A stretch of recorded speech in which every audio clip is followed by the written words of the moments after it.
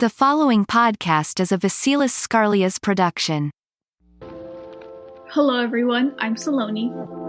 And I'm Hannah. We run Changemakers, a student-run initiative that aims to empower, educate, and connect Gen Zers interested in entrepreneurship. We interview teenagers with impactful projects and create resources to help you change your world. If they can do it, so can you. On this podcast, we discuss the logistics of creating different types of projects with Gen Zers who have already done it. We will leave our social media and website information in the description.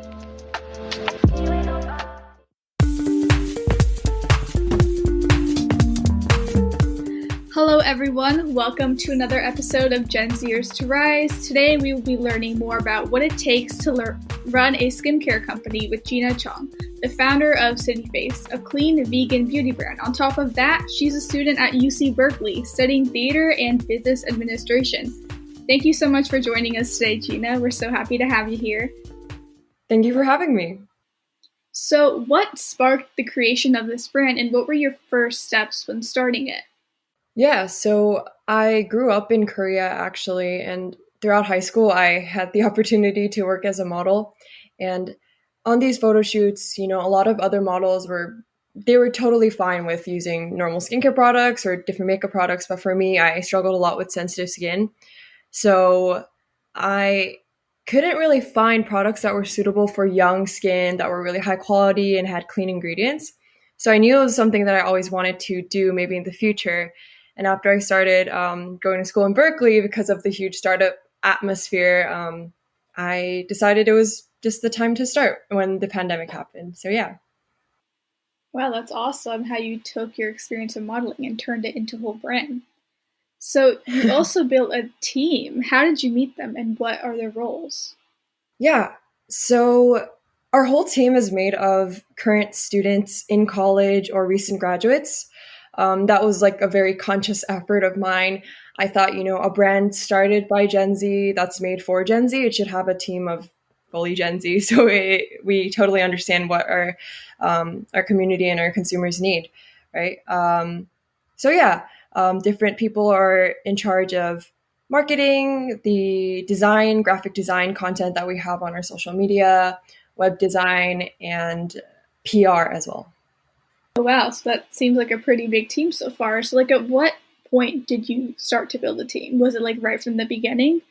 Yeah, actually for the whole development process, which was about 6-7 months, I would say, I was alone in the process, which was very difficult. For anyone who is considering starting a company, I would definitely recommend trying to find a co-founder or creating a co-founding team, because that's something that I definitely regret. I had a few friends helping me in the development process, but they weren't co-founders or anything.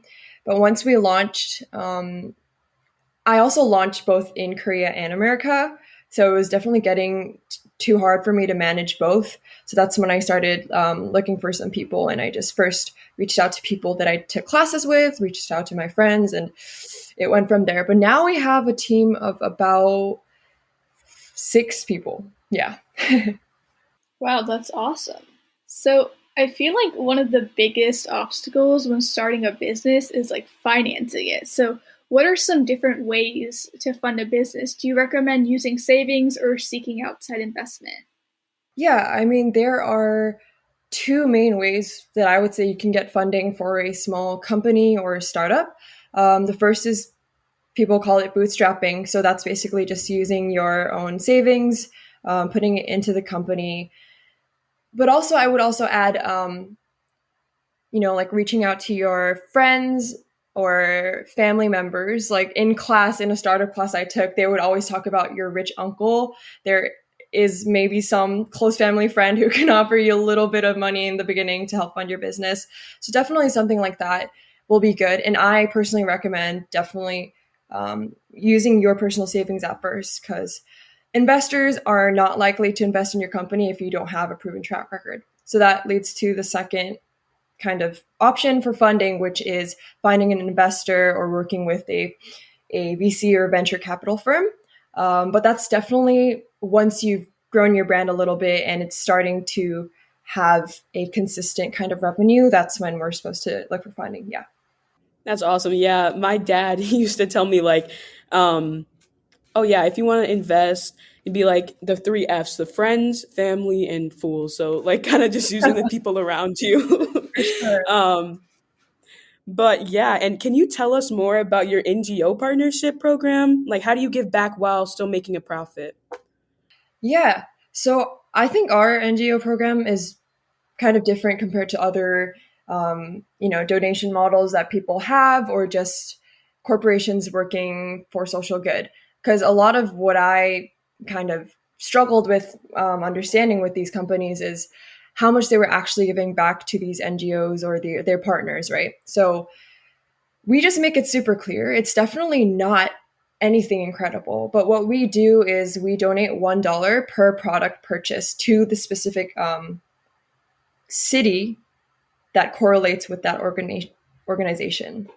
So yeah, we just have a very transparent donation model. But in addition to financially supporting these NGOs, we do social media campaigns with them, or we help promote their content with our kind of community that we've formed of Gen Z and other skincare lovers. Yeah. All right. Yeah. And skincare products require a lot of different ingredients and processes. What was the process of becoming familiar with something so complex, and why did you want to make sure that it was vegan? Yeah. Um, the first part, I would say, just getting to know more about skincare was definitely a gradual process. I'm really grateful that I had the opportunity in high school to work with different brands just through modeling, just at least testing out the different products and trying to figure out what works for my skin and what doesn't. And I think that was probably the biggest thing. And as soon as I decided that I was actually going to create the startup, I just did a lot of research and learning and searching on Google basically into different types of ingredients, what actually made a product good, what didn't, why some products weren't working for my skin and why some were. Made a list of a lot of different ingredients, wrote them down. Yeah, just a lot of research. And I think Google is honestly your best friend in these kinds of processes. Yeah. And then by the end of the 5-6 months, I had gone over probably 1,000 different types of ingredients and formulations. So yeah, I think it was definitely a gradual process. And then why I wanted to make my products vegan were, I mean, definitely my love for animals, and I'm very against, anything like animal cruelty. But I also think it's not too difficult to create products that are vegan and cruelty free. I think it only takes like a tiny bit of more effort, maybe a little bit more money, but I think the results are definitely worth it. So I would highly recommend everyone to do that. So we're going to have a little break and we will come back to you shortly. Yes. And I just like that's one thing I love is that nowadays you can just Google it. Like you don't have to do like an expensive class. There's a lot of free material out there. That's one of Mhm. my favorite things. For sure. Yeah. Yeah, definitely. I feel like the overall idea of starting a business is super overwhelming, especially to young people. So, can you walk us through the creation of a product from ideation to launching it on your website? Yes, I'll try my best, but it is definitely complex. And I think for me, what I learned with, startups and everything is it's definitely something that you just have to do. Even if you take a class or you follow the textbook kind of guideline for how you start a company, it'll never kind of be that conventional way. So just, I think the basics were in the beginning, the development stage. So this is where you try to find a way to differentiate your company and find an actual problem in the market that you want to solve. And for me, that was looking more into the skincare market, identifying why exactly some consumers like me weren't satisfied and trying to find a solution to solve that issue. And that's the core of the whole process. And then I would say it would be the branding and design process. So once you have the main reason you're starting the company, now you want to give it an identity. So I worked with my friend who's studying creative direction at her school, and we created like a branding kind of concept for the company, a logo, chose some colors for the brand, and that definitely gave us a bit more focus and purpose for everything that we were doing afterward. And the design process is something that continued until the end, obviously, with the packaging.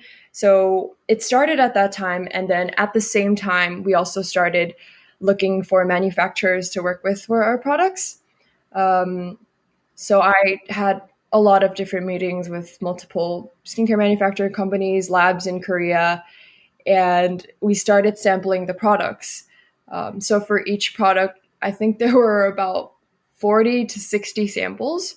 And the samples are basically kind of trial products that we create. I talk and work with a lab to let them know what I want, the specific ingredients that I want, the texture, the feel, whatever. And then we get these samples and I test them for weeks and see which one is the best. And then that's our final product. And once we have the final product, we also work on the packaging selection. That was a big thing for me. I care a lot about sustainability, but because of my limited funds at that point and the quantity that I was able to create, I wasn't able to create everything in the most sustainable manner. But I still tried to find the options that were the most sustainable out of the things that were, available for me, right? So we did that. And then I think by that time we were also working on website. The thing is, I think everything kind of converges together at one point. And once you're maybe 5 months in, it's kind of crazy and you're just doing so many things at once, right? You're checking on your supplies, seeing if everything is production, checking if the boxes are being made, if the formulas are, high quality and everything's up to the standards. And then at that time, we designed our website. And then I think we somehow launched it. Yeah. Yeah.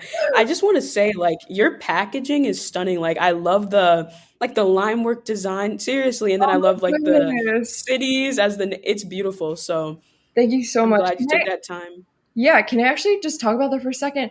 Um, that packaging was, I think, our fifth iteration of our packaging design. So we had something completely different in the beginning that we were literally going with until I think 2 weeks before the launch.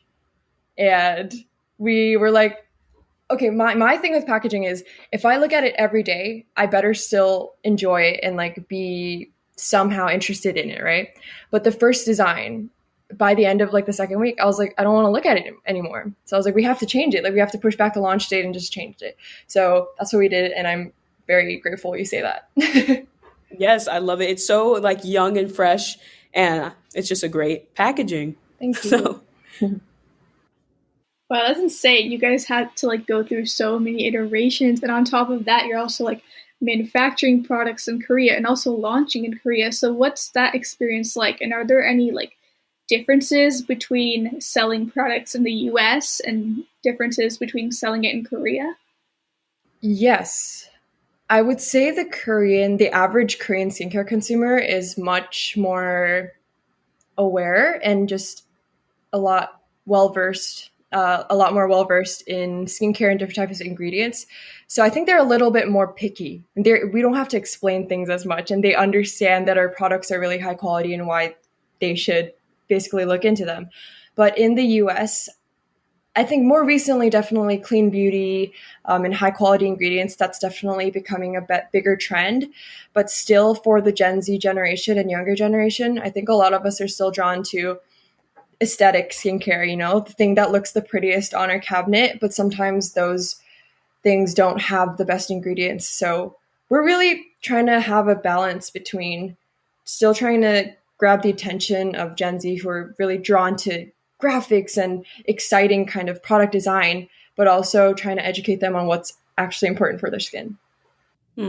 yeah, like you definitely eat with your eyes first or whatever. Right. So that I've been a victim of that. And then I started watching Skincare by Hiram and I started learning a little bit more. And Oh, yeah. now I just use CeraVe. So, but you kind of touched on this. Like your target audience is Gen Z, just like us. And how are you making sure that people know that your brand is Gen Z, and how do you try to target Gen Z specifically? Yeah, I think in the beginning we were more forward with our whole kind of mission for the brand, that it's like by Gen Z for Gen Z. But now I think it's more of an organic process, just because we are Gen Z and the content we like and we create are the things that appeal to Gen Z. And I think definitely the some of the press attention that we've started gaining recently, which is really like incredible for us because we're such a small like student founded company. I think that's definitely been helping us too, because they really like the fact that we are for Gen Z by Gen Z. Yeah. What are some of your goals for City Face? Like, and do you have any? What are some of your goals for after graduating college? Ooh, the hard questions. Okay. Right. Yeah. For City Face, I mean, I have a lot of goals, but I think definitely just to get people to know our brand more. You know, it's only been about 6 months since we've launched. We launched late December of 2020. So, yeah, just to get people to notice and engage with the brand first, I think that's a big goal that we're working on. Um, and then the next step would probably be to work with a retailer or enter into, you know, a distributor that you guys might know of. So we're definitely working on that, and I hope it somehow works out. And for some personal goals, I am a rising junior right now at UC Berkeley, but I decided to graduate a year early. So graduation is definitely creeping up on me, and it's Girl boss. Oh my oh god. gosh, no, but thank you. But I think I don't know, definitely just to continue growing my company, moving forward with it, you know, giving something valuable to the Gen Z community. And definitely, I'm also interested in the arts. Like, that's a big passion of mine. So I'm also pursuing acting, and hopefully, you know, it'll work out too. Broadway on the weekends, and then City Face and the Yes, during the week. please. I would love Sounds good to me. Wow, that's incredible. So you guys have only been here for 6 months and you've already been featured on so many major publications such as Allure, Pop Sugar, The Zoe Report, and you recently chatted with Hollywood Access on NBC, which is incredible. So what advice do you have for people looking to get their brands featured on these platforms? Yeah, I definitely think a lot of these features were organic. You know, it wasn't for press. You can either do paid media or it can be organic. They can reach out to you, right? But all of ours were organic.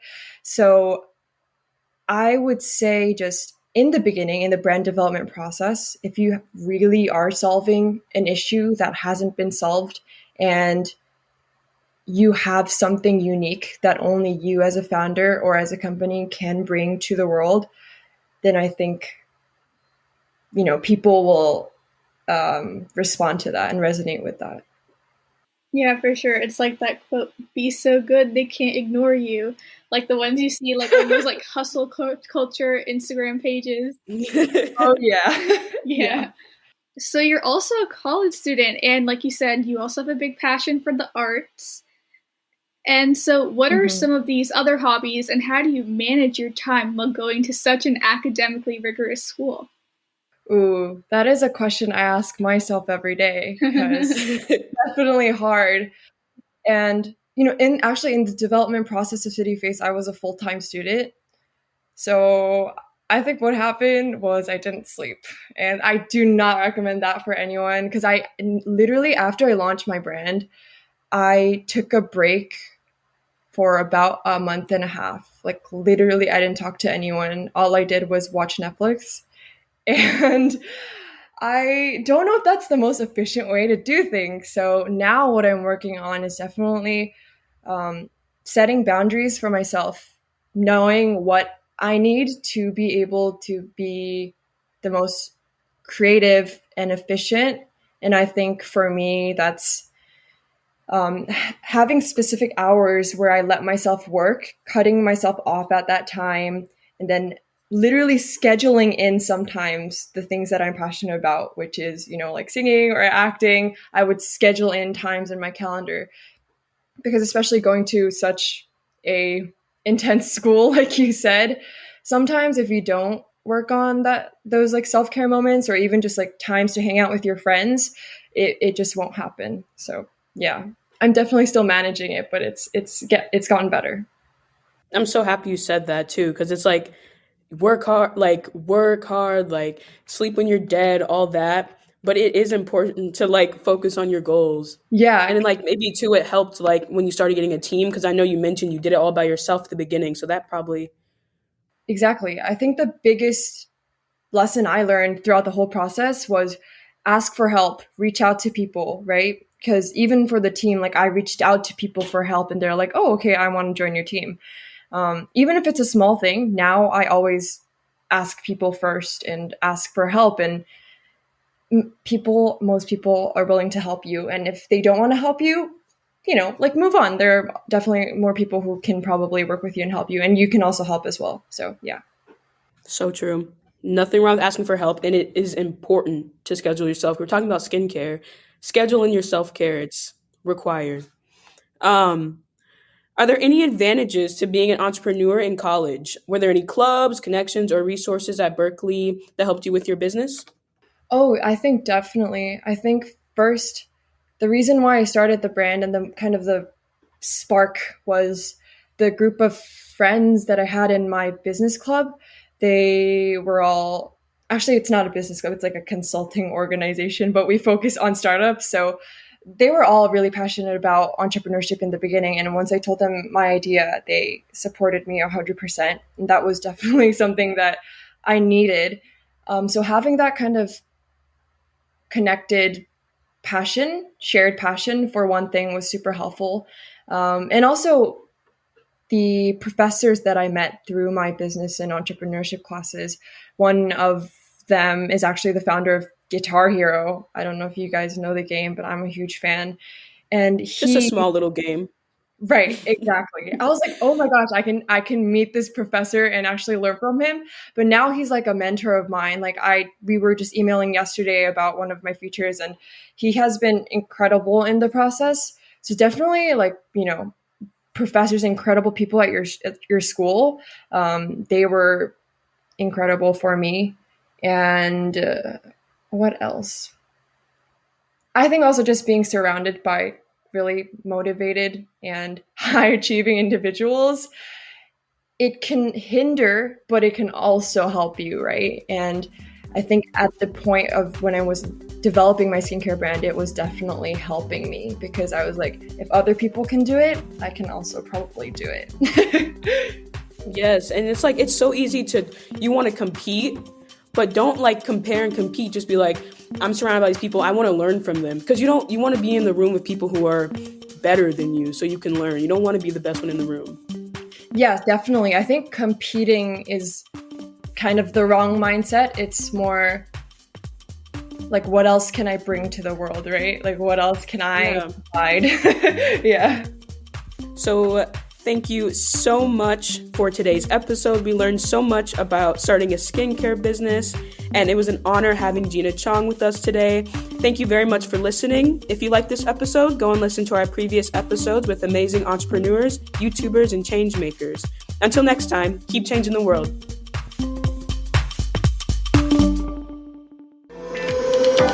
We hope you guys enjoyed our conversation. We had such a great time.